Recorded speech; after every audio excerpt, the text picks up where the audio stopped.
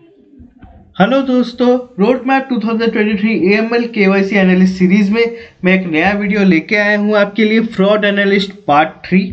तो जैसे आप लोगों को पता ही है, पार्ट 1 पार्ट 2 ऑलरेडी चैनल में अवेलेबल है, आप देख सकते हैं। तो ये जो चैनल है मेरा, ये ओनली डेडिकेटेड है बैंकर्स के लिए जो अपने प्रोफेशन से, बैंकिंग प्रोफेशन से कॉर्पोरेट में जंप करना चाहते हैं। तो आज इस वीडियो में जॉब रिलेटेड क्वेश्चन देखेंगे फ्रॉड इन्वेस्टिगेटर के लिए, जिसके लिए एक्सपीरियंस रिक्वायर्ड 1 to 3 है। बैंकिंग का एक्सपीरियंस भी एलिजिबल है। आपको इस इंटरव्यू को क्रैक करने के लिए बेसिक एएमएल नॉलेज की रिक्वायरमेंट है और यहाँ पे सैलरी 3 लाख से 5.5 लाख तक है।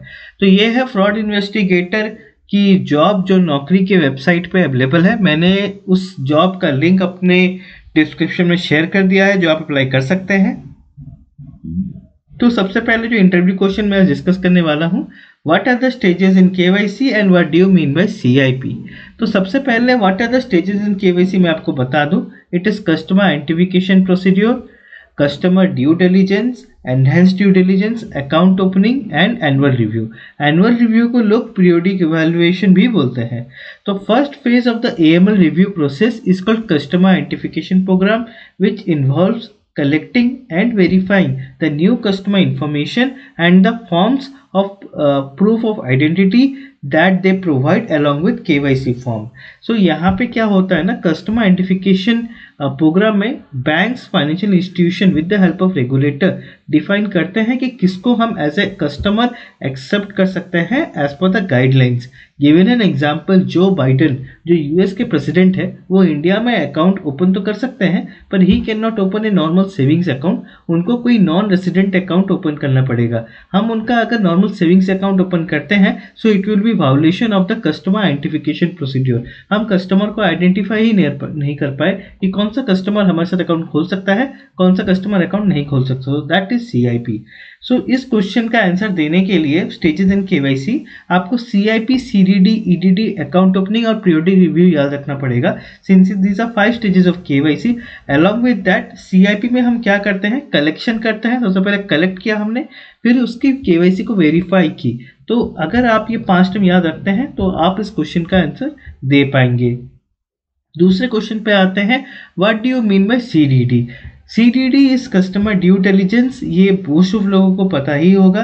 तो इसका हम आंसर ये ऐसे भी दे सकते हैं कि after CIP the next phase in AML KYC onboarding life cycle process is customer due diligence, which involve assessing the client or customer to determine whether the person or the company should be given a low, medium or high risk AML rating. So KYC जो process है, उसमें CDD की जब बात आती है, हम यहाँ पे उसको रिस्क रेटिंग असाइन करते हैं। मीडियम भी हो सकती है, लो या हाई रिस्क भी हो सकती है। इसमें हम उसको रिस्क असेसमेंट कैसे करते हैं, इसमें हम उसकी सैंक्शन स्क्रीनिंग करते हैं और उसकी पीईपी स्कैनिंग करते हैं। So identifying the beneficial owner and verifying the identity of the beneficial owner और यूबीओ। सो यहाँ पे हम उसकी आइडेंटिटी को वेरीफाई करते हैं एंड हम ये डिसाइड करते हैं कि who is the ultimate beneficiary owner. उसी हिसाब से हम उसकी केवाईसी में आगे बढ़ सकते हैं। Understanding the purpose and intended nature of the business relationship. जैसे ही हम यूबीओ को आइडेंटिफाई कर पाए, तो हम उसके बिजनेस रिलेशनशिप को भी डिकोड कर सकते हैं। उसी हिसाब से ये सीडीडी आगे बढ़ता है। During CDD, the customer is also screened for PEP and OFAC sanction list. So CDD में ही हम उसकी रिस्क रेटिंग उसे असाइन करते हैं। रिस्क रेटिंग असाइन करने के लिए हमें कस्टमर को या जो यूबीओ है, बेनिफिशियरी ओनर, उसको पीईपी लिस्ट के अकॉर्डिंग हमें उसको स्क्रीनिंग करनी पड़ती है, या office of foreign asset control की जो डिफाइंड लिस्ट है, हम उससे भी उसकी स्क्रीनिंग कर सकते हैं।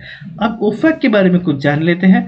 OFAC is foreign asset control, office of foreign asset control enforces the economic sanction program and requirement of the United States that are based on UN foreign policy, national security, economic goal and primary target countries and group of individual such as terrorist. So OFAC एक US की regulatory authority है जो economic sanctions enforce करती है US के interest का ख्याल रख के, जैसे यूएस की नेशनल सिक्योरिटी, यूएस की इकोनॉमिक पॉलिसी। यूएस जिन जिन ग्रुप को या जिन जिन इंडिविजुअल को टेररिस्ट मानता है, उनको उनके ऊपर सैंक्शन इन्फोर्स करती है और लिस्ट मेंटेन करती है। तो सीडीडी में हम ओफैक एंड पीईपी लिस्ट की स्कैनिंग करके रिस्क असाइन करते हैं। तो इस क्वेश्चन का आंसर याद रखने के लिए आपको ऑनबोर्डिंग लाइफ साइकिल याद रखना पड़ेगा। जैसे पहला जो पैरा है उसमें ऑनबोर्डिंग लाइफ साइकिल प्रोसेस का पार्ट है सीडीडी।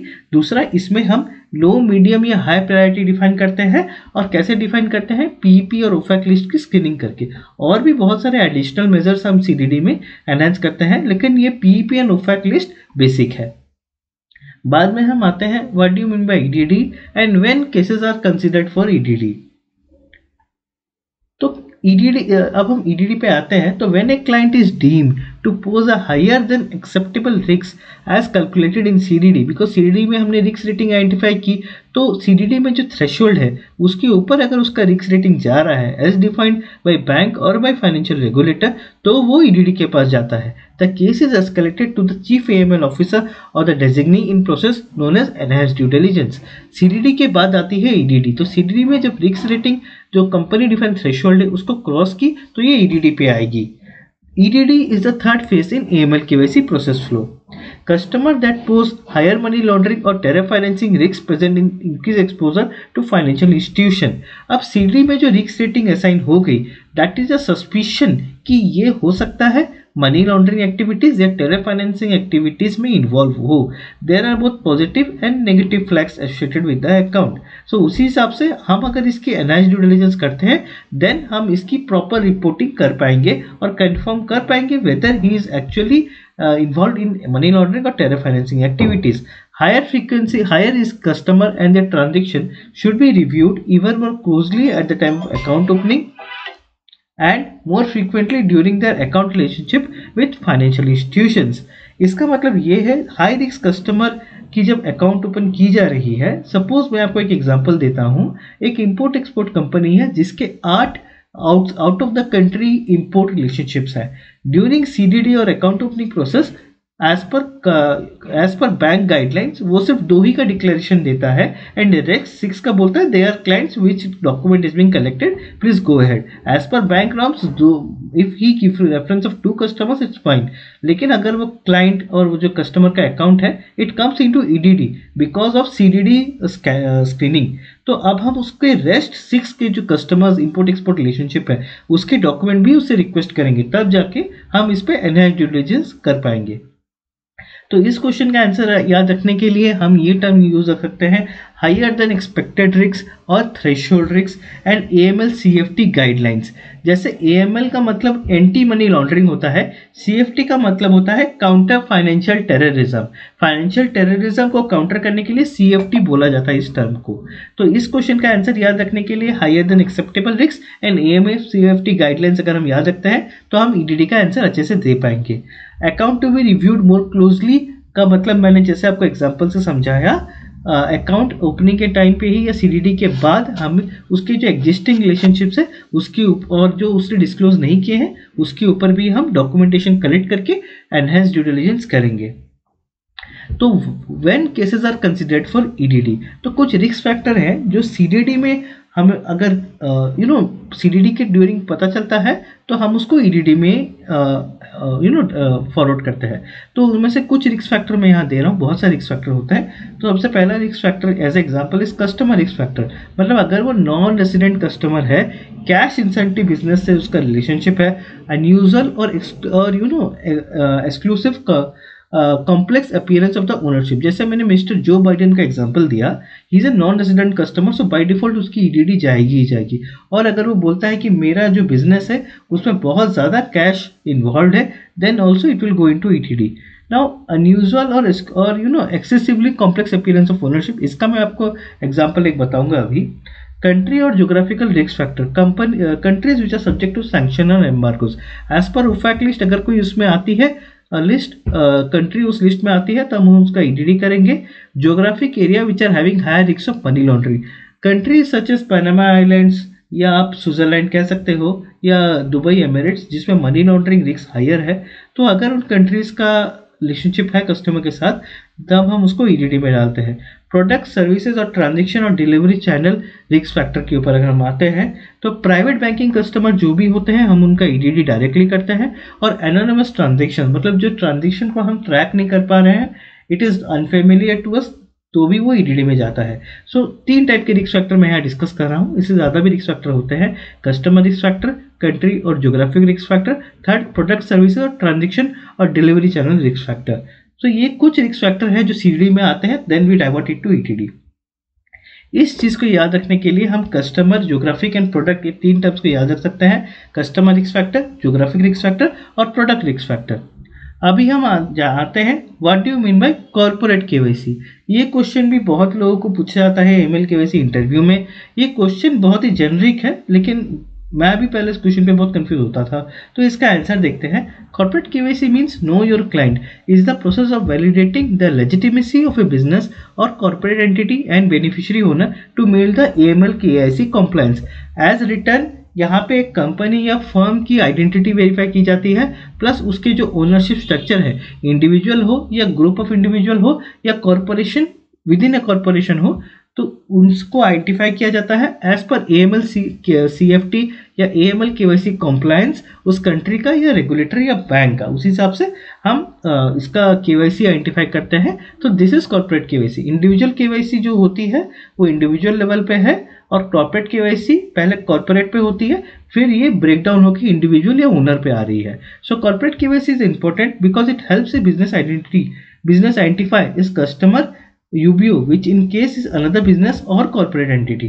तो इस चीज को डिफाइन करने के लिए मैं आपको एग्जांपल देना चाहूंगा। जैसे ABC लिमिटेड एक कॉर्पोरेशन है, तो उसका तो पहले ओनर हो गए मिस्टर ABC जो हमको पता है, और दूसरे ओनर जो है वो और एक कॉर्पोरेशन है XYZ कॉर्पोरेशन। तो इस अभी ABC लिमिटेड का एक्चुअल ओनर कौन है ये जानने के लिए हमें KYC कॉर्पोरेशन की भी KYC चेक करनी पड़ेगी कि KYC कॉर्पोरेशन का ओनरशिप स्ट्रक्चर कैसा है। तो यहाँ पे इसलिए कॉर्पोरेट KYC बहुत इंपॉर्टेंट हो जाती है to identify the actual beneficiary owner and who are the actual stake holder which are receiving the generated income.